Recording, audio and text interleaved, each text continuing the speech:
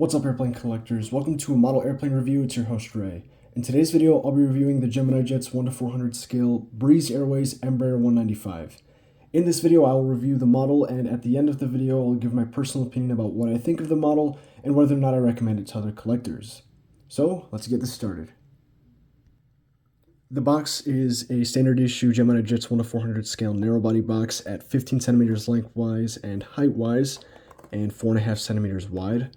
I'll show you on the box now. So here's the front, bottom, right side, top, left side, and here is the back side. Take a moment to read this if you want to.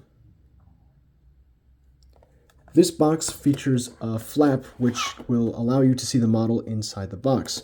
Under this flap is a bit of information about the Embraer E-Jet family as well as this specific aircraft. You can also read this if you want to.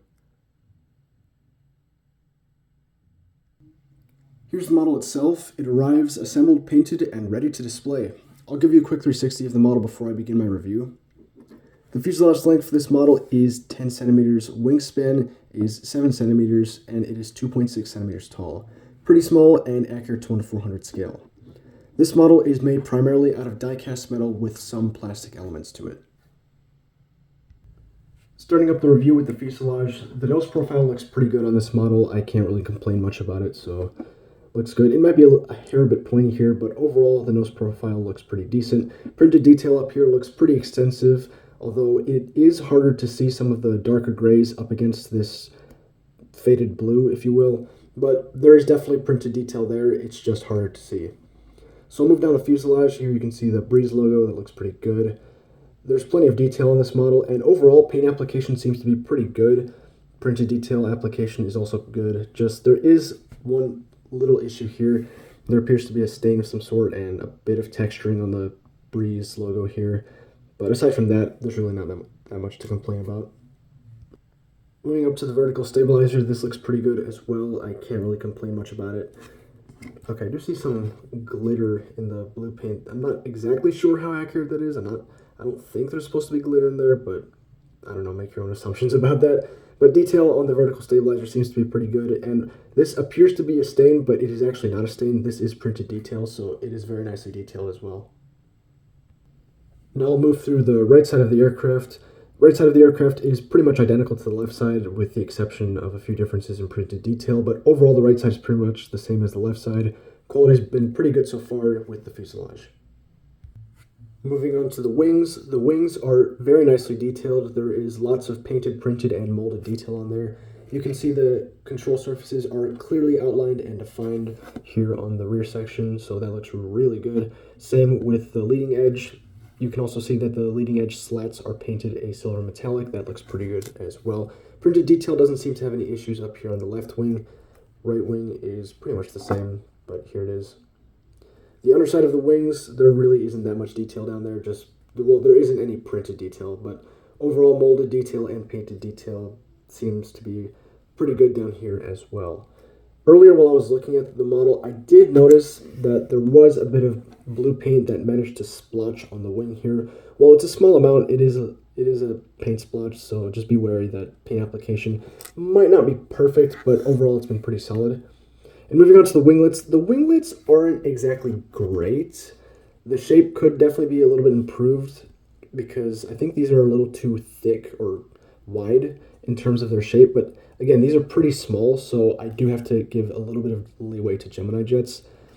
If the camera would focus, that'd be great. The Breeze logo on there looks pretty decent as well, so I won't complain about it. And on the left side, I can pretty much say the same thing.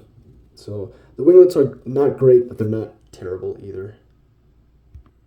So moving to the rear of the plane, I'll talk about the horizontal stabilizers. The horizontal stabilizers look pretty good. I don't really have anything to complain about, and they're pretty solid.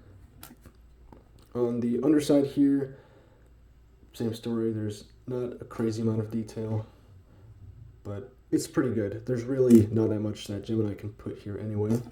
And the APU also looks pretty good. It's painted a nice metallic silver there, and it even has a hole for the exhaust, so pretty solid work. Moving on to the engines, of course, these are tiny engines, and I mean, it's a tiny model, so yeah, but the engines are still pretty good. They are not lacking in detail. Now, one thing that I am kind of iffy about is this metallic gray on the pylon. It looks like a scratch, but evidently it's not because it's also present on the other side. So that's a detail, but it looks a lot like a scratch. Either that's just unfortunate detailing or it's a little inaccurate. I can't really tell myself. As for the engines themselves, though, they're pretty nice. Here's the inside of the engines. They're painted a nice metallic silver. And the exteriors of the engines are, okay, they're actually really nicely detailed. So that looks pretty good. The exhaust nozzles also look pretty good with even chevron details on the exhaust nozzles. So the engines are pretty solid on this model. Right from here, I'll move on to aerial details because there's only one aerial detail on this model, and that is the large antenna right here. This thing is very sharp, so be careful when handling this model, but it seems to be pretty durable. I say that it's sharp, and I go poking at it with my finger, go figure. But as I was saying, it's pretty well done, so I won't complain about it. Now, things get a little hairy with the landing gear because, okay, I did not realize that initially. So evidently, on my wheel here, it's about to fall out. So part of the part of the gear that's supposed to be holding the wheel in has either chipped off or it wasn't closed all the way. So that's on the verge of falling out. But hey, at least the wheel rolls. And same with this one, except that part did close. So yeah, quality with the gear does kind of start to falter here. And they are pointed straight, except for the one on the right. Okay, look at that. There's definitely some asymmetry on the landing gear there. That's not good. And the one on the right side is straight up pointing forward. Not a good look, if I must say so myself. Now, for the nose gear, things are a little bit less complicated because first off, this does not roll. Now, this isn't the best either. As you can see, it just kind of pointed forward, and the wheels are slanted inwards, so the nose gear isn't the best either. I don't mind the fact that it doesn't have rolling wheels. Due to its size, I'd actually prefer it doesn't have rolling wheels, so less things can go wrong with quality, but yeah, they still figured out a way to go wrong with quality. So here's a view at the front of the aircraft. Strangely enough, with the messed up main gear, everything seems to be balanced, which, I mean, task failed successfully?